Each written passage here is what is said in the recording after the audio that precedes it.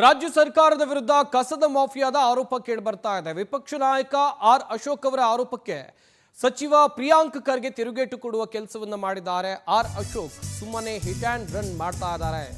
ಈ ರೀತಿಯಾಗಿ ಪ್ರಿಯಾಂಕ್ ಖರ್ಗೆ ಹೇಳಿಕೆಯನ್ನು ಕೊಟ್ಟಿದ್ದಾರೆ. ರಾಜ್ಯ ಸರ್ಕಾರದ ವಿರುದ್ಧ ಕಸದ ಮಾಫಿಯಾ ಆರೋಪ ಕೇಳಿಬಂದಿರೋದು.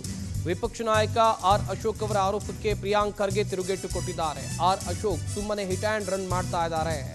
ಸುಳ್ಳು ದಾಖಲೆಯನ್ನ ಕೊಟ್ಟರೆ ಯಾವುದೇ ಉಪಯೋಗ ಇಲ್ಲ ಅಂತೇಳಿ ಬೆಂಗಳೂರಿನಲ್ಲಿ ಗೃಹ ಸಚಿವ ಪ್ರಿಯಾಂಕ್ ಖರ್ಗೆ ವಿಪಕ್ಷ ನಾಯಕರ ವಿರುದ್ಧ ಆಕ್ರೋಶವನ್ನ ವ್ಯಕ್ತಪಡಿಸುವ ಕೆಲಸವನ್ನ ಮಾಡಿದ್ದಾರೆ.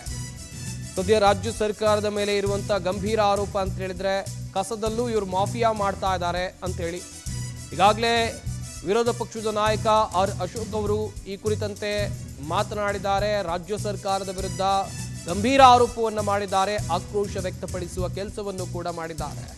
ಇದಕ್ಕೆ ಗೃಹ ಸಚಿವ ಪ್ರಿಯಾಂಕ್ ಖರ್ಗೆ ತಿರುಗೇಟು ಕೊಟ್ಟಿದ್ದಾರೆ.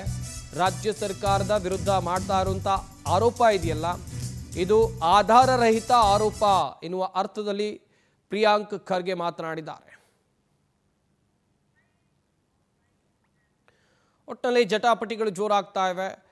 ಇತ್ತ ಪ್ರಿಯಾಂಕ್ ಖರ್ಗೆ ಅವರು ಹೇಳ್ತಾ ಇರೋದು, ವಿರೋಧ ಪಕ್ಷದವರು ಯಾವುದೇ ದಾಖಲೆ ಅಥವಾ ಯಾವುದೇ ಆಧಾರ ಇಲ್ಲದೆ ಈ ರೀತಿಯಾಗಿ ರಾಜ್ಯ ಸರ್ಕಾರದ ಮೇಲೆ